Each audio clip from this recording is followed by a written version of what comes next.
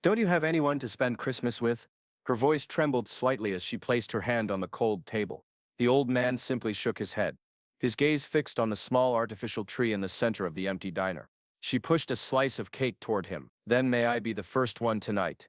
He studied her face for a long moment, then leaned forward and whispered 7 words. 3 days later, she received a call from Washington and nothing would ever be the same. Welcome to QH. Let's uncover what really happened. Leah Carson, 24, worked part-time as a waitress at a small diner in rural Idaho. She lived with her mother in a modest apartment, still recovering from her father's unexpected passing earlier that year.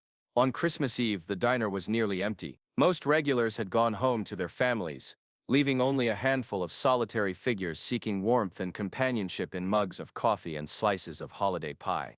Just before closing time, when the staff was already wiping down counters and tallying receipts, the bell above the door chimed. An elderly man stepped in from the snowy night, wearing a thin jacket, worn-out shoes, his long silver hair hanging past his collar. No one paid him much attention. "We're closing in 15, the manager called out without looking up, his tone suggesting he'd prefer not to serve anyone at all. Leah hesitated, then stepped forward. "I'll take care of him, Frank. It's Christmas Eve." The manager sighed, but nodded reluctantly. Leah guided the old man to a window booth where colored lights from neighboring shops cast a gentle glow across the table. "What can I get you, sir?" she asked. "Notepad ready, just some soup if you have it," he replied, his voice a soft rasp that suggested he didn't use it often, "and maybe some water." Leah disappeared into the kitchen, returning with a steaming bowl of potato soup, larger than the standard portion, and the last gingerbread cookie from the display case, decorated with red and green icing. "I added the cookie," she explained, setting it beside the soup. "No one should go without something sweet on Christmas Eve." The man's weathered hands curved around the warm bowl. "This is very kind of you. I don't have much to give," Leah admitted, "but letting someone go hungry on Christmas, that just wouldn't be right." He ate slowly, methodically, savoring each spoonful as if it were a rare delicacy. His eyes, cloudy with age, but somehow still penetrating, occasionally glanced around the diner, taking in details most would miss. When Leah returned to clear his empty dishes, the old man looked up at her with an intensity that made her pause. "You know," he said, his voice barely above a whisper, "you look just like someone who once saved my life." Leah blinked in surprise. "I'm sorry." The old man leaned closer, and in a voice only she could hear, whispered 7 words. "You are your father's daughter in every way." A chill ran through Leah's body. Her father had died just 10 months ago, a quiet, humble man who rarely spoke of his military service. How could this stranger know anything about him, about her? Before she could ask, the man stood, placed a carefully folded $5 bill on the table, far more than his meal had cost, and nodded once in gratitude. "Merry Christmas, Leah Carson," he said, then turned toward the door. "If you believe a good person deserves to be remembered, stay here with us." Leah stood frozen, watching as the old man stepped out into the gently falling snow. How did he know her full name? She hadn't worn her name tag tonight, and she certainly hadn't introduced herself. She rushed to the door, but by the time she pushed it open, the man had vanished into the night. Only footprints in the fresh snow proved he had been there at all.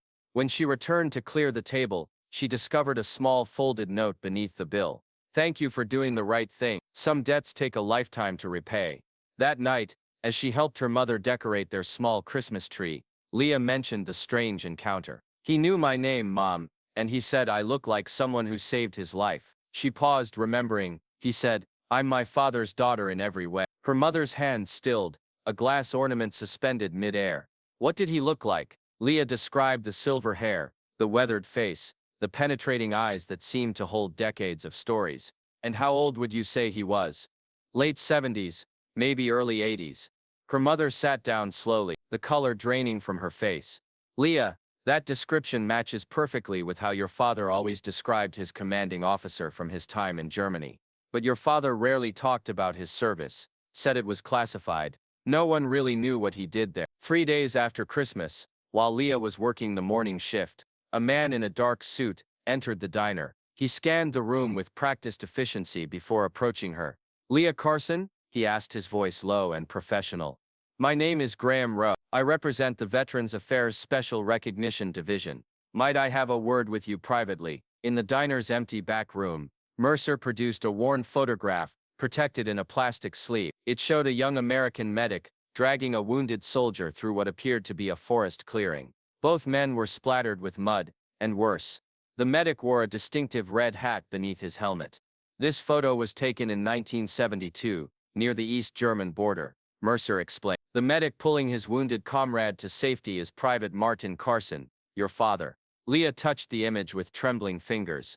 She had never seen this photo, never known this part of her quiet father's life. The man being rescued, Mercer continued, was Colonel Everett Mason, one of our most valuable intelligence officers during the Cold War. After his recovery, he led several crucial operations before mysteriously disappearing shortly after his retirement. The official record lists him as missing, presumed deceased.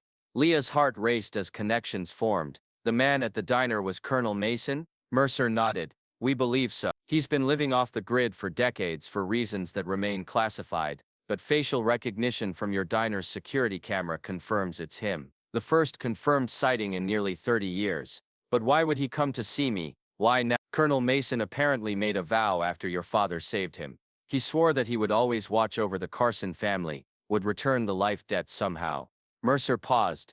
We believe he's been monitoring your family from a distance for many years, waiting for the right moment. Leah remembered something her mother had mentioned after her father's death, how an anonymous benefactor had paid for her father's medical bills during his final illness, how scholarship offers had mysteriously appeared for Leah at exactly the right moment. When he learned of your father's passing, Mercer continued, we believe he decided to make one final appearance, to pass the torch of gratitude directly to you.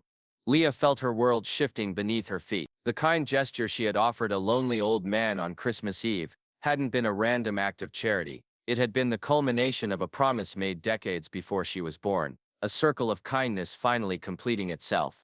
Type yes if you've ever believed that kindness returns, slow but never lost. 3 days later, Leah found herself being escorted through the security checkpoints of a military installation she hadn't even known existed in her state. The concrete buildings looked mundane from the outside, deliberately unremarkable, but the security measures and the deference shown to Mercer suggested this was no ordinary facility. In a windowless conference room, a uniformed officer with silver eagles on his shoulders greeted her. Carson, I'm Colonel Stuart Langley. Thank you for agreeing to meet with us. His handshake was firm but brief. What I'm about to share with you is classified, but given the circumstances, we've received special clearance. He activated a wall screen showing a map of Cold War-era Germany, with several locations marked in red. Your father wasn't just a medic, Ms. Carson. He was attached to a highly specialized reconnaissance unit, operating along the Iron Curtain. The night captured in that photograph, when he rescued Colonel Mason, was during an operation that prevented a potential nuclear escalation. The details remain sealed, but the outcome shaped history. Leah tried to reconcile this information with the quiet man who had taught her to fish and helped with her math homework. He never mentioned any of this. He wouldn't have. Langley confirmed. Those operations required absolute secrecy, even decades later. What we can tell you is that Colonel Mason made a vow that night, as your father carried him through hostile territory with 3 bullet wounds in his own leg. Langley slid a folder across the table. Inside were documents showing regular deposits to a trust fund in Leah's name, small college scholarships she had received, even the random insurance policy that had covered her father's final medical expenses. Colonel Mason promised to watch over your father's family by any means necessary. He's been fulfilling that promise silently for decades. Leah's hand trembled as she turned pages documenting a lifetime of subtle protection she'd never known existed. After learning of your father's passing, Mason apparently decided to make a final personal connection. Langley's voice softened slightly. He wanted to see Martin Carson's daughter face to face to confirm that his debt had been properly honored. But why appear as a homeless man? Why not just introduce himself? Mason has enemies even now. His tradecraft, appearing unremarkable, testing situations before revealing himself became second nature decades ago. A junior officer entered whispering something to Langley, who nodded gravely. Miss Carson, there's someone who would like to speak with you. He activated a screen on the wall. The face that appeared was older than she remembered from Christmas Eve, more formally dressed, but unmistakably the same man she had served soup. Leah, he said, his voice stronger now, more commanding. I apologize for the theatrics at the diner. Old habits die hard. Colonel Mason, she managed to reply. Your father saved more than just my life that night in '72. Mason continued. The intelligence I carried prevented a military miscalculation that could have triggered open conflict. Millions of lives, Miss Carson. That's what your father protected. He never received public recognition because the mission remained classified. Mason's eyes, the same penetrating gaze she remembered, seemed to look through the camera directly into her soul. When I saw you offer food to what appeared to be a homeless old man on Christmas Eve, without hesitation or judgment, I knew immediately the same quiet courage, the same instinctive humanity. Martin Carson's legacy lives on perfectly in his daughter. Leah couldn't stop the tears that spilled down her cheeks. There's one more thing, Mason added. The trust fund established for you has matured. It will cover any education you wish to pursue, any path you choose. Your father once mentioned you wanted to become a doctor. That option is now available to you. Military personnel allowed Leah privacy to absorb this information. When she emerged from the conference room hours later, she carried her father's service medal, posthumously awarded, and delivered personally by Mason's representative, and a letter outlining the educational fund established in her name. The media never learned the full story, but within military circles, a secure video began circulating. Night footage from the diner security camera showing the elderly Mason bowing his head before a small photo of Martin Carson that Leah kept in her wallet. The timestamp showed 11 Christmas Eve. A week later, the Veterans Support Foundation contacted Leah about becoming an ambassador for their winter relief programs. The position came with a stipend and flexible hours that would accommodate her new medical school application. The following spring, Leah received a package containing her father's red medic cap, the same one from the 1972 photograph, with a simple note. From one Carson to another, the legacy continued. When Leah returned to the diner, it wasn't as a waitress, but as the sponsor of their new annual tradition, a free Christmas Eve dinner for veterans and anyone spending the holiday alone. Have you ever made the right choice when everyone else walked away? Your story matters too. The next Christmas Eve found Leah standing before an empty table at the diner, carefully placing a plate of gingerbread cookies beside a framed photograph of her father.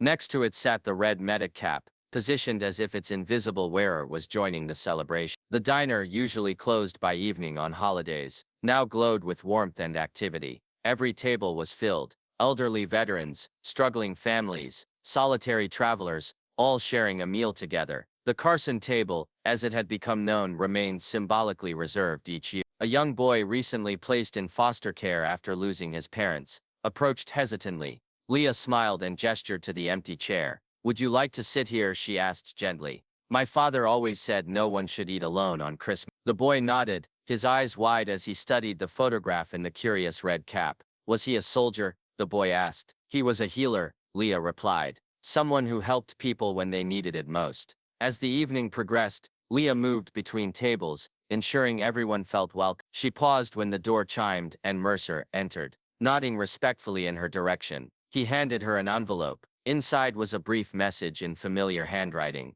The circle continues. Well done, Leah understood immediately. Somewhere in the crowd, perhaps Mason himself was watching, or perhaps one of his associates. The details didn't matter. What mattered was the unbroken chain of kindness, extending now to a new generation. As Leah looked around at the faces gathered in the warm glow of the diner, she understood something deeper. Kindness doesn't ask for an audience, but sometimes the quietest acts are those that echo through generations. Her father had saved a life, but the legacy of that night had gone on to save many more. Some gifts don't come wrapped in paper, yet they carry the value of an entire lifetime. And sometimes a simple meal offered at just the right moment becomes the key that unlocks a debt of gratitude, dormant for decades. As snow fell softly outside the windows, Leah watched the gathering of strangers becoming something more. A community, however temporary, bound together by shared humanity in the simple acknowledgement that no one should face darkness alone. Her father would have approved. Have you ever done something small that created a ripple effect? Share your story, because kindness just needs the right person at the right time. Subscribe for more incredible stories, where we remember that what's right, however small, is always worth remembering.